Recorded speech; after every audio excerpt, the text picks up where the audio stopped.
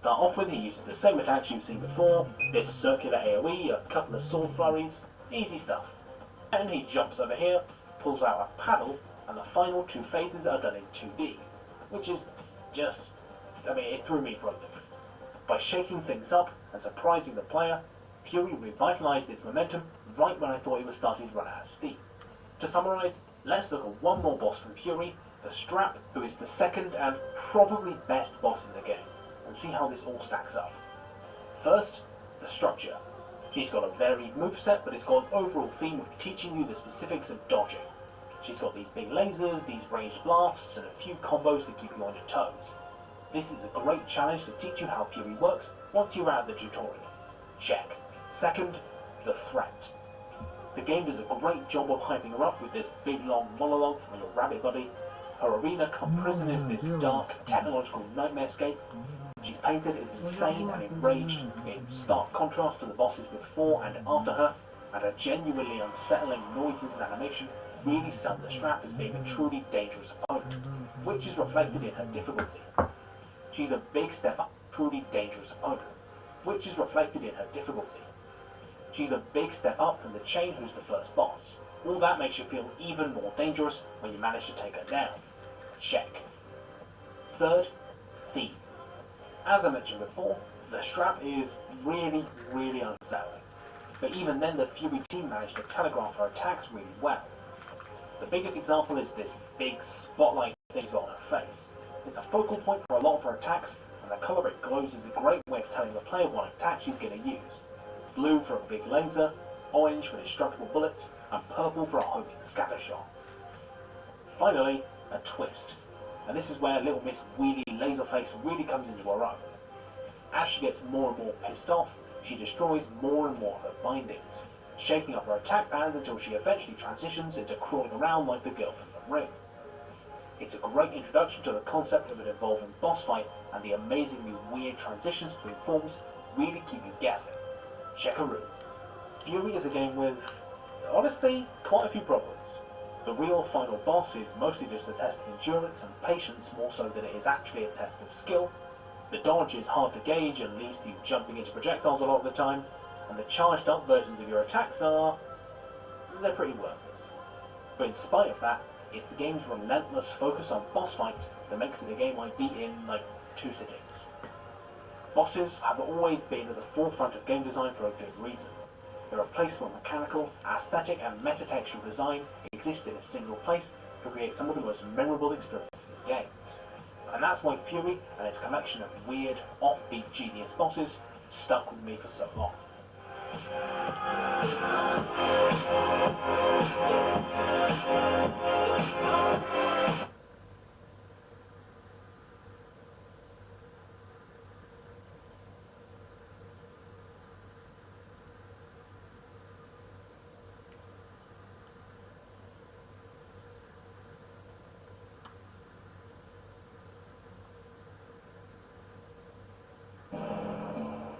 Человеку удалось сделать. Takes us from the quantum realm.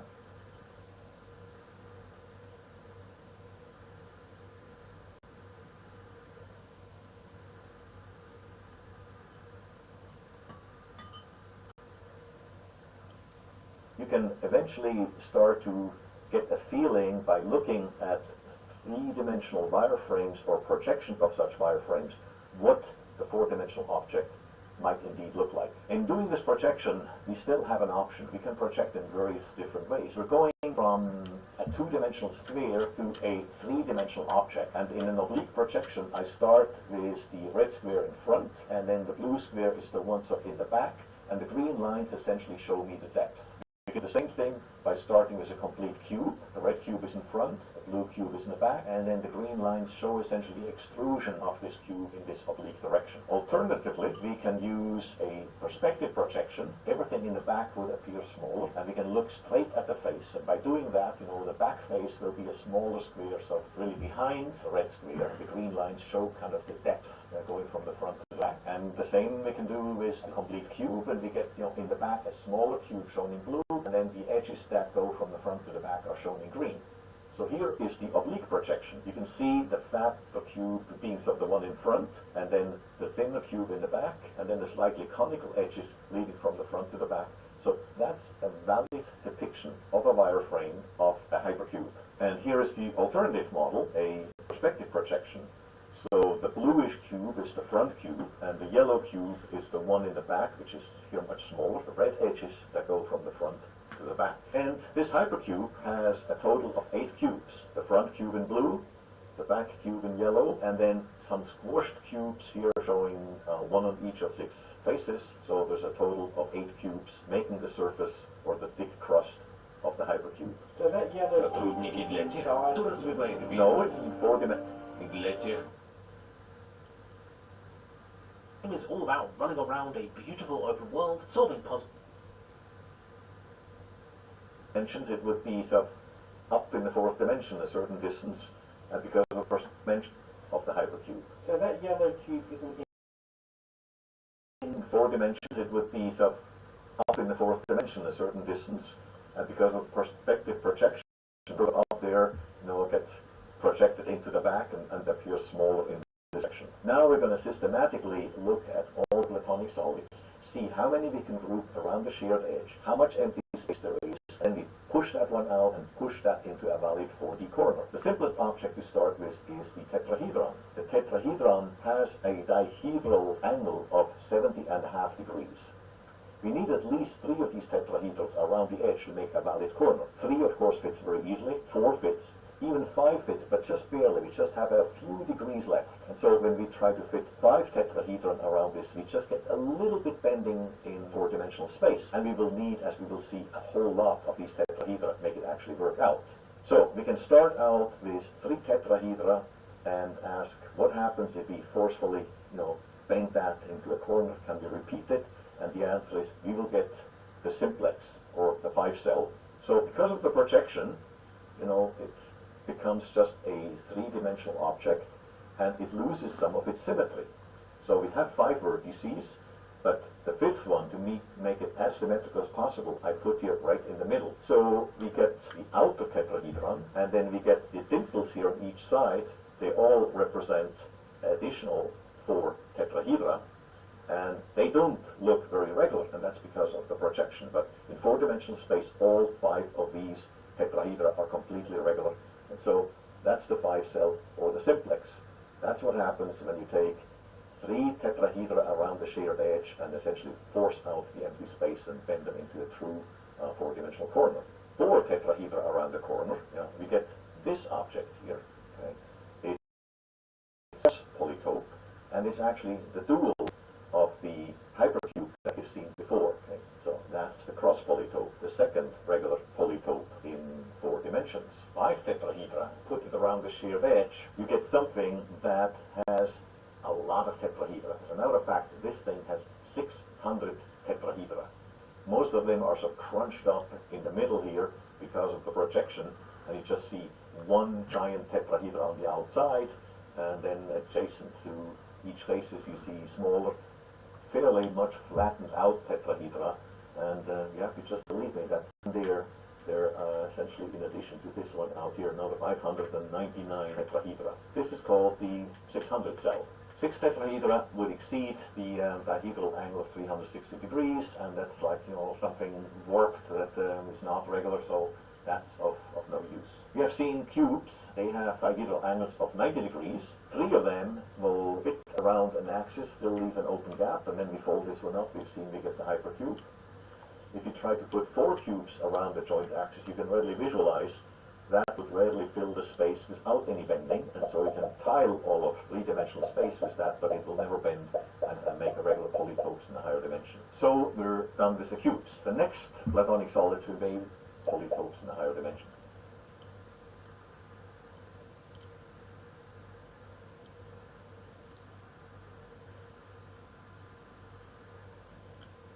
All of 3-dimensional space with that, but it will never bend and make a regular polytopes in a higher dimension. So we're done with the cubes. The next Platonic solids we may want to try is the octahedron. It has a dihedral angle of 109.5 degrees.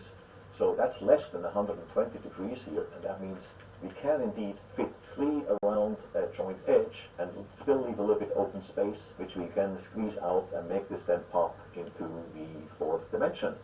And the result is what I believe to be the most beautiful four-dimensional regular polytope. The 24 cell made up of 24 octahedra. You can see the outermost octahedron because I chose that to be, preserved in the projection. But then you see these rather flattened octahedra, this one triangle here, another triangle, the small one here, and sort of a distorted antiprism in between, and then they're more on the inside. I really like this particular object the most because it's not too complex. You can still see what's going on. You can still look on the inside and see the innermost very tiny little octahedron at the center. Now it turns out this object has 1,152 symmetries in four-dimensional space. And then you simply get that by multiplying the symmetries of an octahedron, which are 48, with the number of octahedra, 24. You multiply this out, you get 1,152, because you can take, in four-dimensional space, any one of the octahedron and put it in place by suitable rotation of any one of the other 24 octahedra in any one of the 48 possible positions. I live at the street address 1152. And when I found out that this object has 1152 symmetries, I thought that somehow fate really meant me to be, into geometry. The next one on the list is the dodecahedron, which is 116.5 degrees of a dihedral angle. That is still less than 120 degrees, so we can still force 3 of them around an edge and then join them into a valid four-dimensional corner. It's not bending all that much, and so we will need 120 of those objects in the crust to form a valid four-dimensional regular polytope. So this is a model of the 120 cell. Of course, you can see the outermost dodecahedron. You can also see kind of this flattened pancake-like, dodecahedron on top here, and each one of the faces has one of those, and then stacked on the inside, there are a few more, adding up to a total of 120 of those. We still have the icosahedron. Unfortunately, it has a very shallow dihedral angle. It is more than 120 degrees. It is actually 138 degrees, roughly. And so even 3 of them would not fit around this edge without overlapping. And so we cannot form a valid corner. And unfortunately, this is useless as far as making a four-dimensional regular polytope.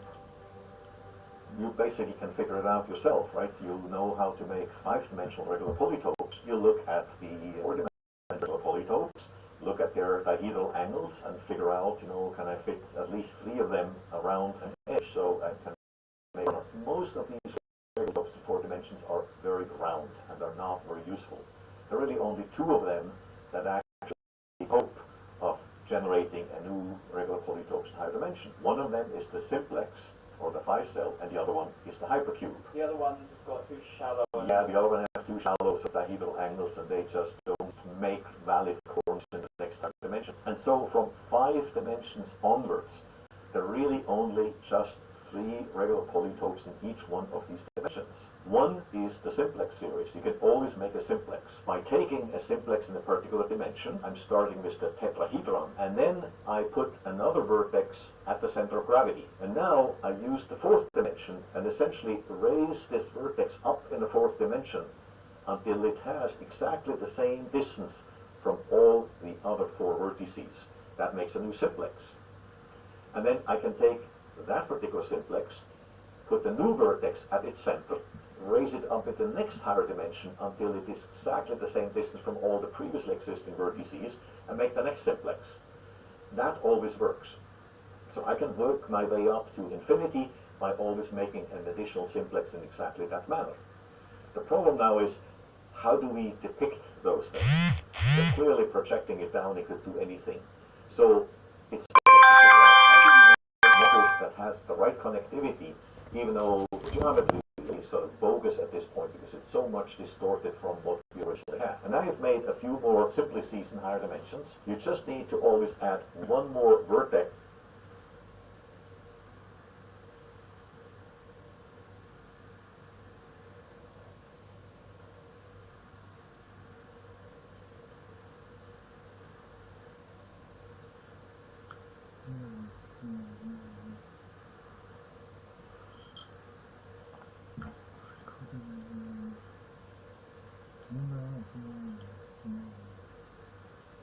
simplex and then figure out how to make a nice little graph that will get the right connectivity. So this one has 6 vertices. I claim this is a projection of the 5D simplex, because the simplex also is the complete graph. Every vertex is connected directly to every other vertex. And you can see in this case, you start at any one vertex, there are 5 edges going off, 1 to each of the other vertices. So we want to make a 3D model that has 6 corners, is reasonably symmetric, but not too symmetric. So we could start with an octahedron, but in the octahedron then, when you connect opposite vertices, those 3 edges would all intersect in the middle. That would be so nice, you wouldn't see what's going on. So I had to deliberately distort this octahedron, warp it a little bit, so that those 3 space diagonals that go through the middle of the regular octahedron, they are separated out, and now they do not intersect with each other anymore. So the trick was really just finding 6 vertices in a relatively symmetrical arrangement, so we can connect every one with every other one without any intersections. And that's the game that we have to play for every one of the dimensions that we want to build a simplex model. We already had this object that had 6 vertices completely connected, the warped octahedron, and that actually has an extra free space in the center. And it's so easy, therefore, to put a 7th vertex right here in the center. This one can again be connected to all the other vertices, and so now we have a complete graph of 7 vertices, and that would be a nice model of a 6-dimensional simplex. There is a second sequence that works for all dimensions, and it's called the measure polytope or hypercube sequence. The cube is the object with which we measure the volume of 3-dimensional space, just like the square is the geometric element that we use to measure 2-dimensional space. Similarly, the hypercube would measure 4-dimensional space. So the measure polytopes are always the equivalent of a cube in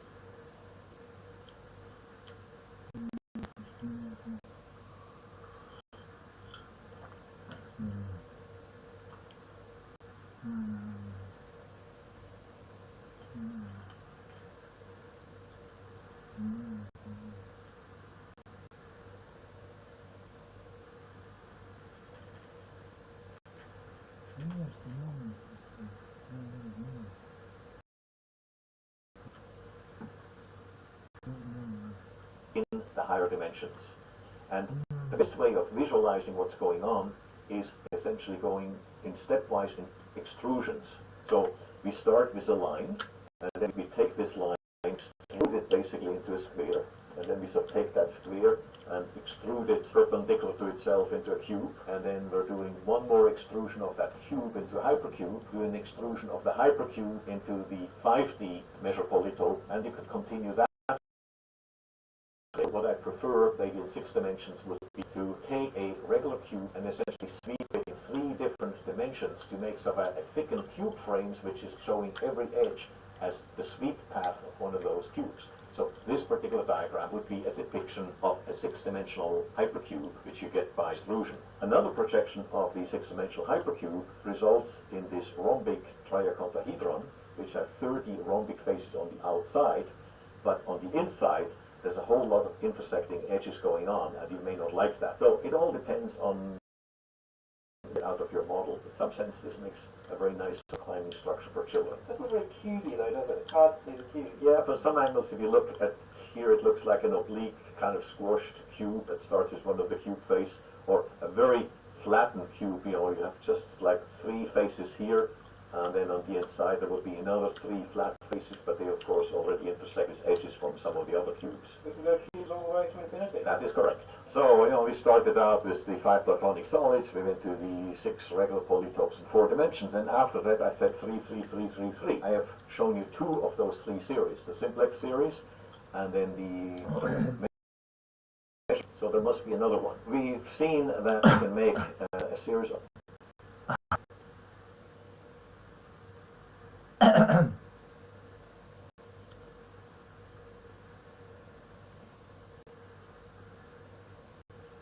measure polytopes through 3 series, the simplex series, and then the measure polytope series. So there must be another one. We've seen that we can make a series of measure polytopes through all the dimensions. In each one of these dimensions we can also form the dual. Just like in 3 dimensions, its dual, which is the octahedron. If I hold it that way, you can see the top and bottom vertex.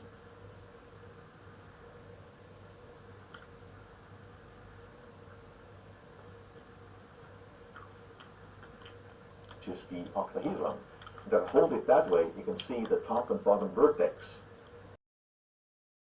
It corresponds to the top bottom face in this particular cube. For each of the 6 faces in the cube, I now have a vertex, and for each of the vertices in the cube, I now have a face. Like an evil twin. Yeah, oh, nice twins actually. Yeah. So they're duals of one another. We also have the models that show the same relationship, not quite as obvious, in 4 dimensions. So here we have the measure polytope, the hypercube, and if we take the 8 cubes in the crust of the hypercube and replace them by 8 vertices, we get the corresponding measure polytope, which is the dual to this hypercube. Evil twin. And the same principle goes on. It gets near impossible to kind of visualize in higher dimensions, but again, every measure polytope in d dimension is made out of measure polytopes of d minus 1 dimension. We replace each one of those cells with a vertex at its center, the cross polytope, which is the dual to the measure polytope in any one of these dimensions. And that's the 3rd series that we can form. Here is again our sequence. We have infinitely many polygons in 2 dimensions. We have 5 platonic solids in 3 dimensions, 6 polytopes in 4 dimensions, and from there on it's just always only 3 regular polytopes. So in conclusions, I think I can say we're so lucky that we live in one of the 2 dimensions where it's really interesting and we have a variety of different regular polytopes. We don't live in the most interesting dimension though. We live in the 2nd most interesting. Well, if you think that we live in space-time continuum, which is 4-dimensional, so we live in that one too. Yeah. We live in the 2nd. The regular polytopes. We don't live in the most interesting.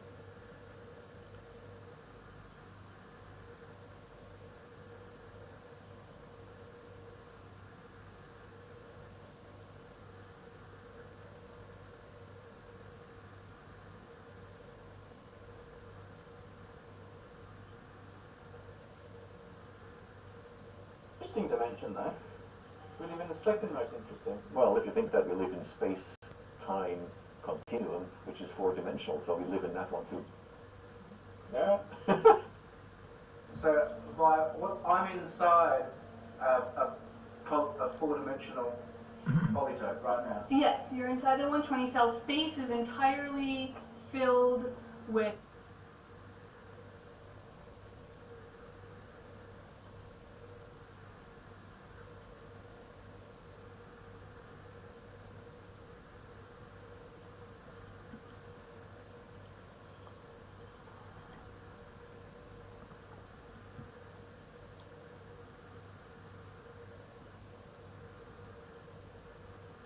Ты не покупаешь. Человеку удалось сделать сначала одну популярную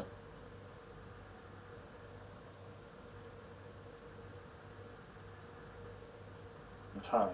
Which is true, but it's not.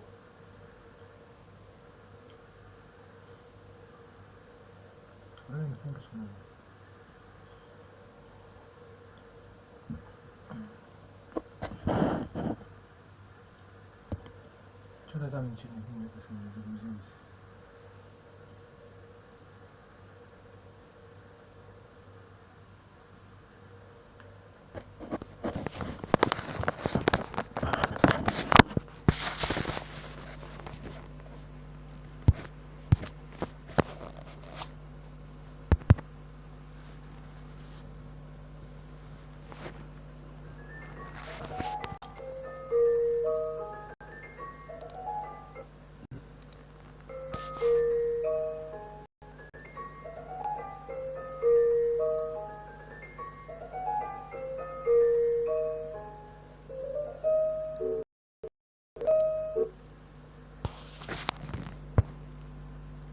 выслала оплату за сегодняшний урок. Скажите, пожалуйста, если вы ее получили.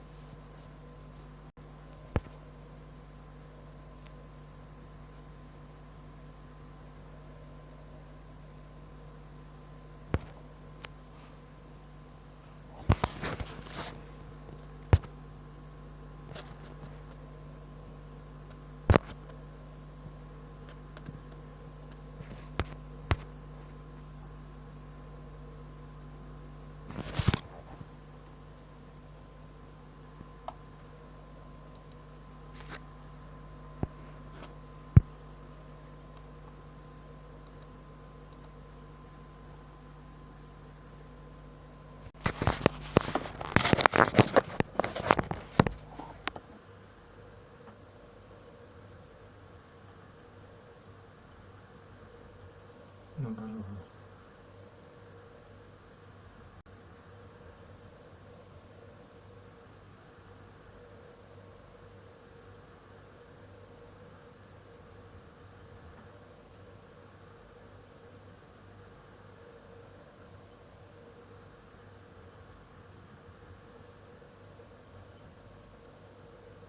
Ну напиши уже, да.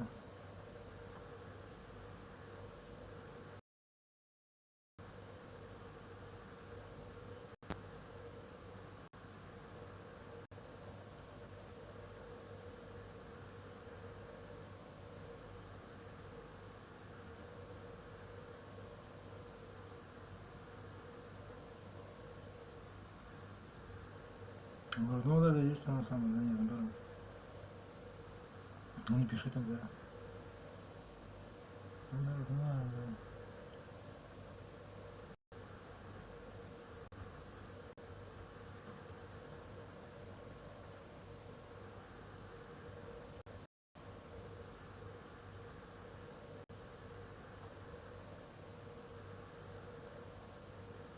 Значит, нет, наоборот, наоборот, это наоборот. Наоборот, ну нет, наоборот, наоборот. Нет, нет.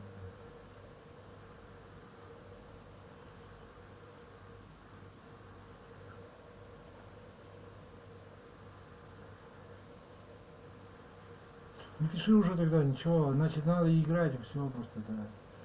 Вот оно, да. Я не знаю, это нормально играет, значит он, да. Ну нет, ну наоборот, ну наоборот.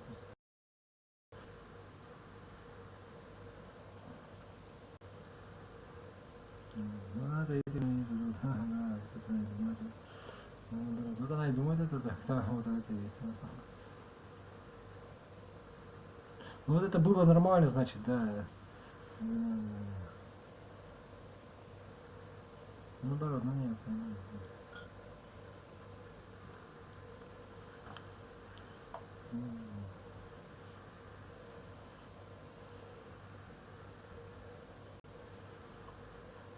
Что ты умный, что ли? Так нельзя так писать, тогда наоборот.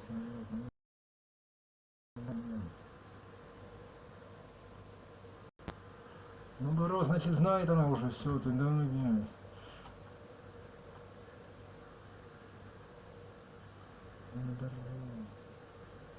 Наоборот, значит.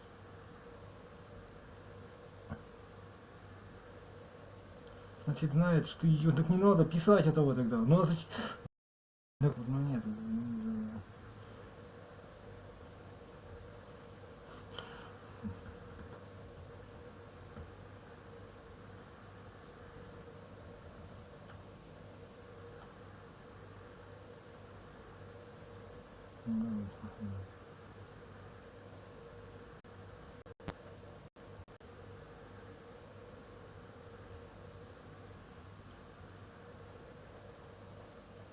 не знает она тебя просто все, да.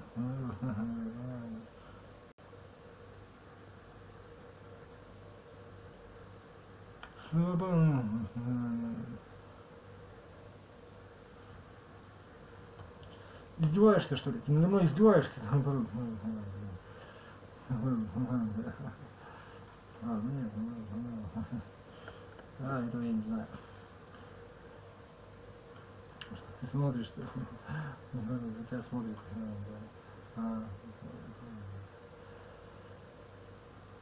Ну наоборот, значит, нормально играет, значит.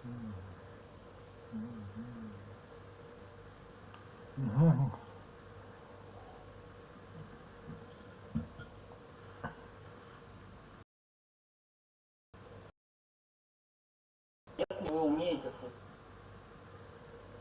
создавать бизнесы, которые приносят пользу людям, например, SMM-агентство, HR-агентство, диджитал-агентство, интернет-магазины, то это можно продать.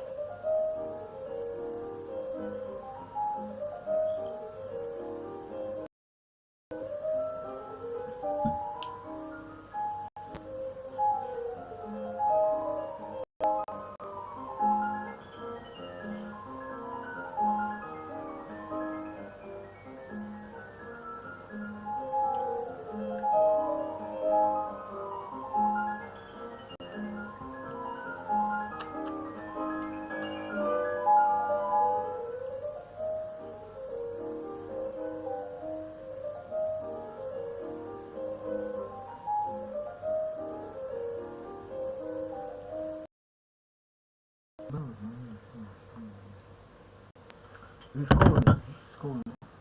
Но я не обязан, что это мне каждый раз все надо бросать, что ли? Ну, я понял,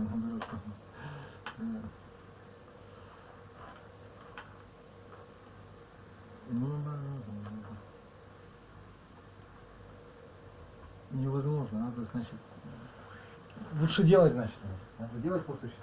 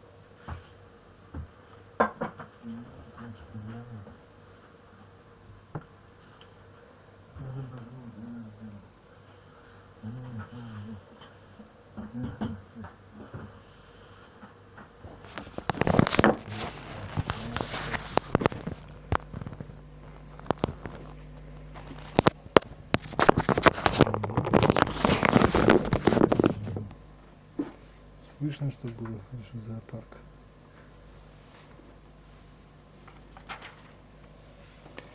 Что ты можешь предложить лучше?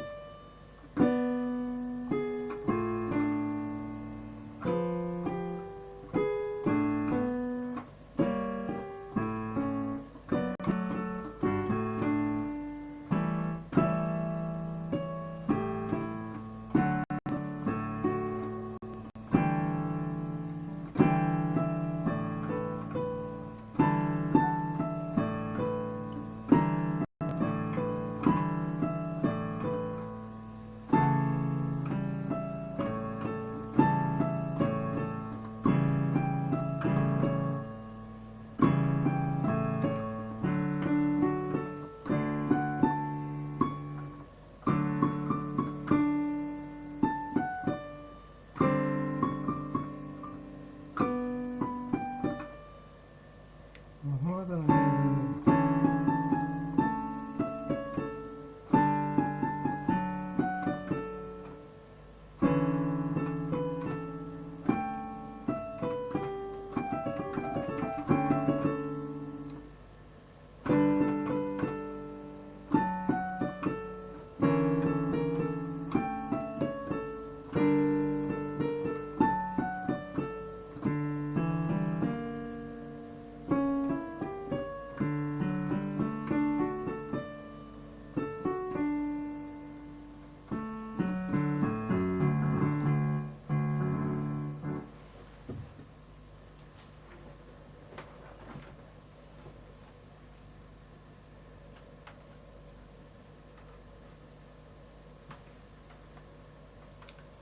Miscellaneously bad. Bad news for you. You're done. You're not yet right. All bad.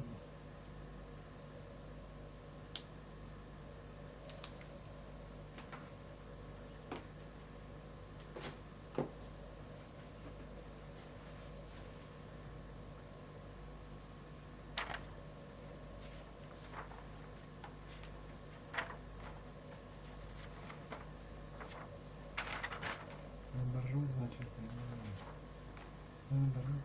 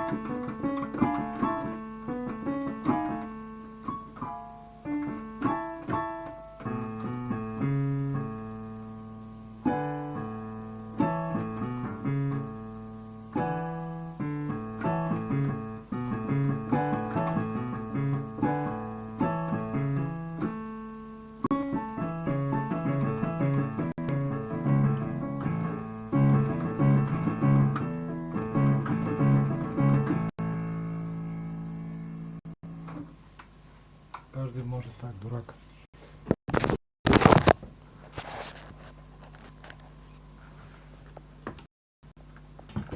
Подожди.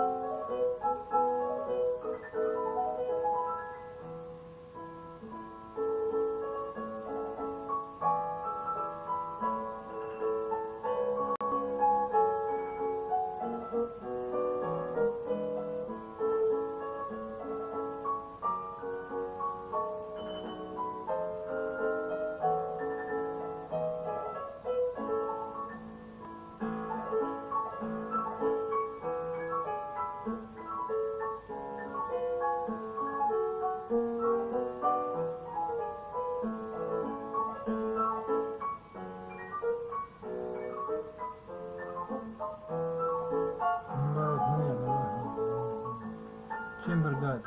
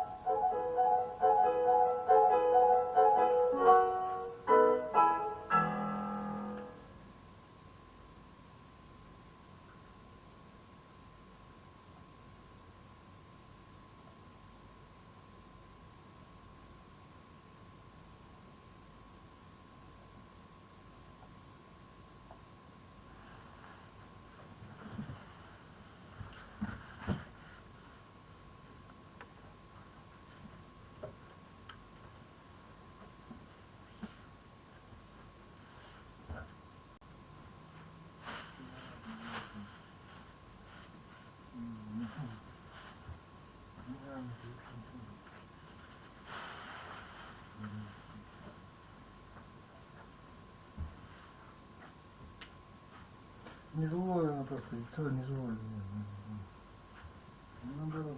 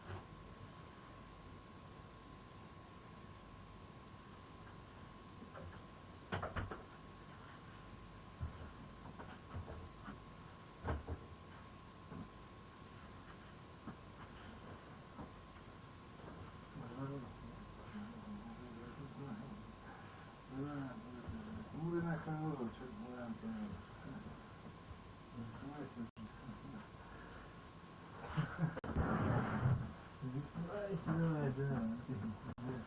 Ладно, какая.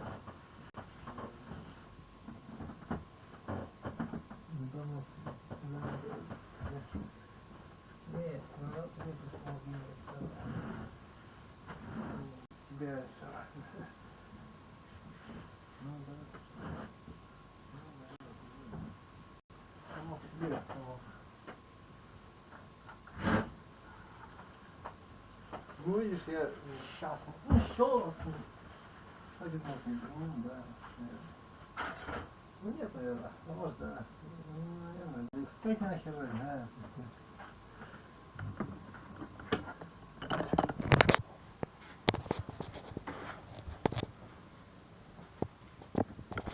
Как в этом свете, а? Так, да, наоборот. Ну да. Да.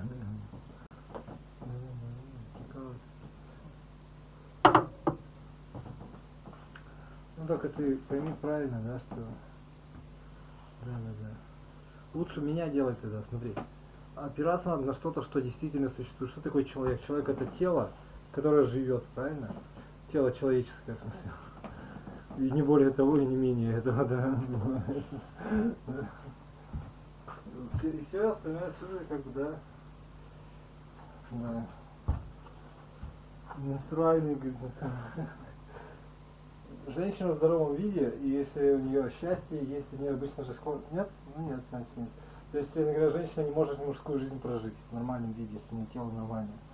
Понимаешь, дело даже не в том, что у нее пропорции там или что. Понимаешь, женщина, потому что, да, ну согласен,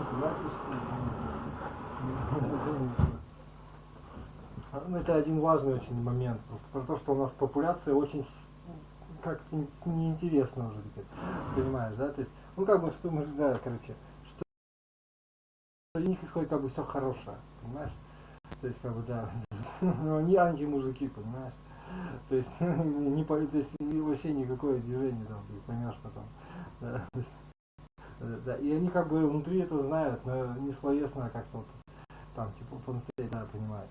Ну, и к примеру, я тебе говорю, ну ты согласен, нет, как бы, вот женщина воспринимает всякая эта ахинея, да, а там, я понял, да,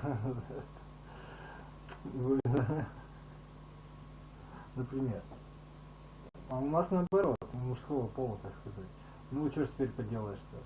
Ну, да, почему всегда убиваем кого-то, что-то там, мы ищем, потому что недоумки, понимаешь, то есть, самый простой способ, чтобы победить по-настоящему, надо, как бы, да, стараться работать типа того, да, понимаешь.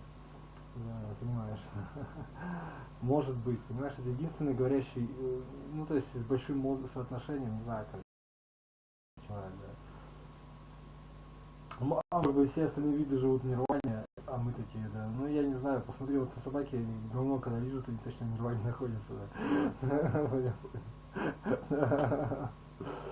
И т.д. Скорее всего, я понял. Да.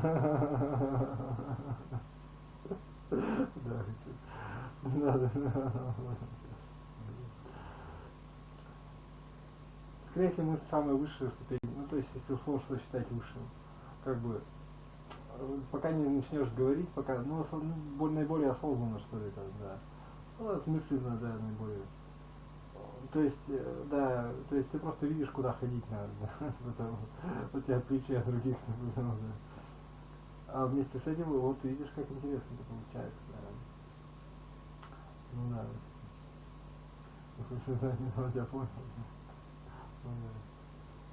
То есть жить-то можно.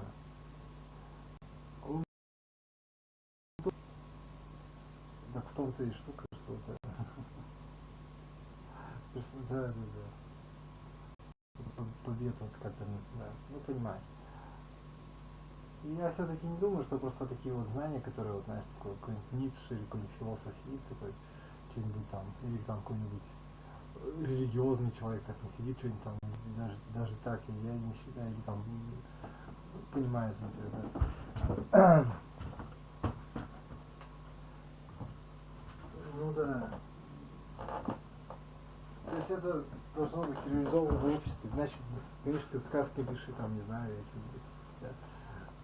Ну или в таком, ну тогда ты будешь что, блогер будешь, да?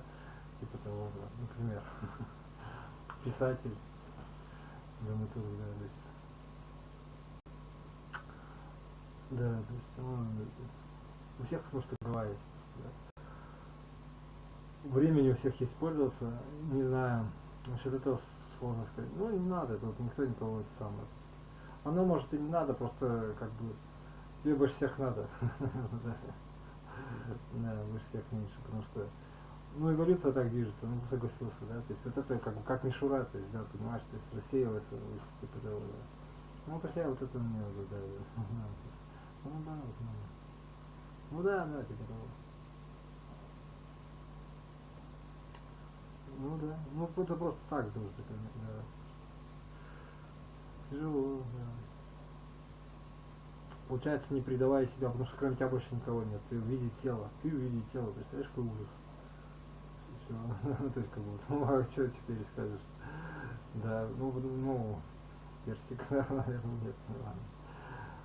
Ну тогда можно без тела жить, значит, все будем в раю сразу же, да? Или как бы нет. Понимаешь, как бы линия жизни идет сквозь, вот она не хочет знать, что есть тела, нет тела. У меня есть гипотеза, что вот так вот как-то оно, да. Может быть, вот какие-то, ну да, просто уровни, там, бета-уровень, что-то типа того, да. Наверное, осознанное это помышление. Но это не факт, понимаешь? Да, что когда-то ты такой раз и превратишься в правильно, обратно в свет вернешься как-то так. Типа, осознанно как бы так, типа этого, да, наверное. Может быть.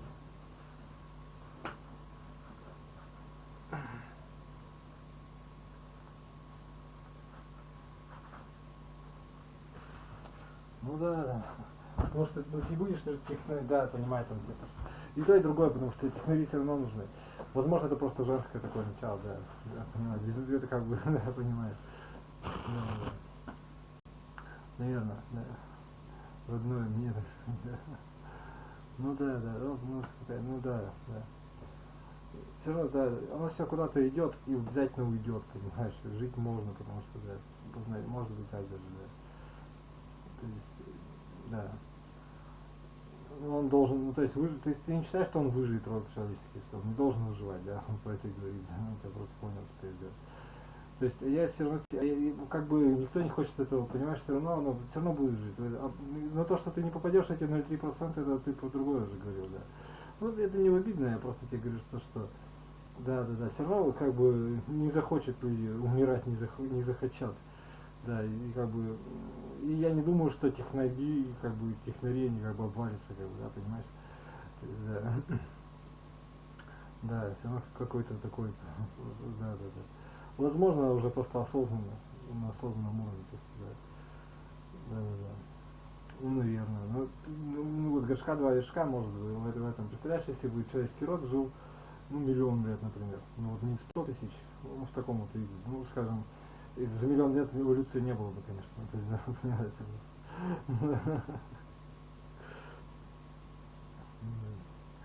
Ну, это так уж, нашими, да. То есть, нет, я к тому просто, что даже мужик имеет смысл. Понимаешь, что все это вот то, что вот технари, вот это все, даже вот это постоянно бойни, то есть и все остальное, что оно имеет тоже исход. И я не говорю, что надо бойнями заниматься, просто не хватает, но вот не хватает женского, понимаешь? Настоящего, да, понимаешь. Да. Ну, наверное, да. Ну и разума, ну, наверное. Эгоизма у тебя не хватает, то есть тебе, да, понимаешь. Ну, а то другой дополняет, видимо, как-то так. Да, ну, то есть женщина может тоже, да, ну, а что теперь делаешь, наоборот, только ты, да. А иначе, ну ладно, понял. Да. А без разницы, женщина без разницы, какой мужчина лишь бы крепче взял только. Сильнее любил, да, не потом. Да. Не пожалуй, да. Это тоже не важно. Тебе так думаю, да?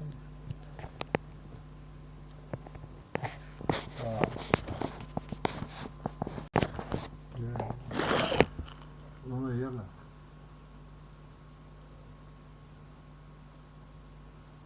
Вот я и говорю, что...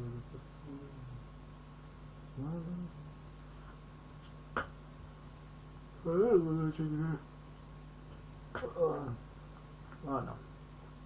Тоже.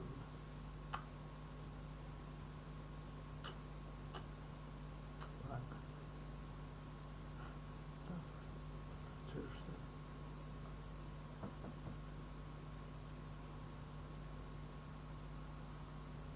Контужен, конклюжен.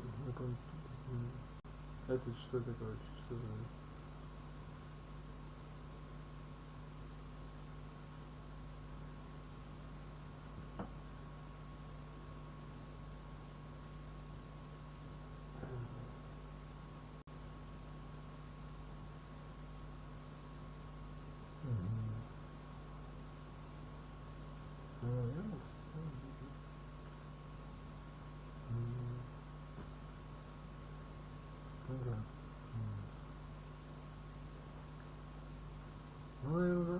Ну да.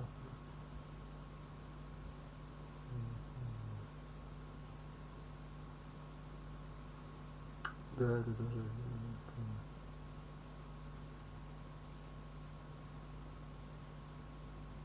Да. Что-то это все.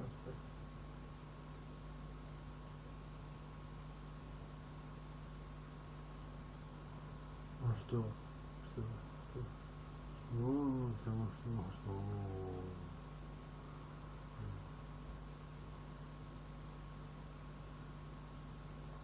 Все отпустили. Ну, я его просто себе. А, подожди.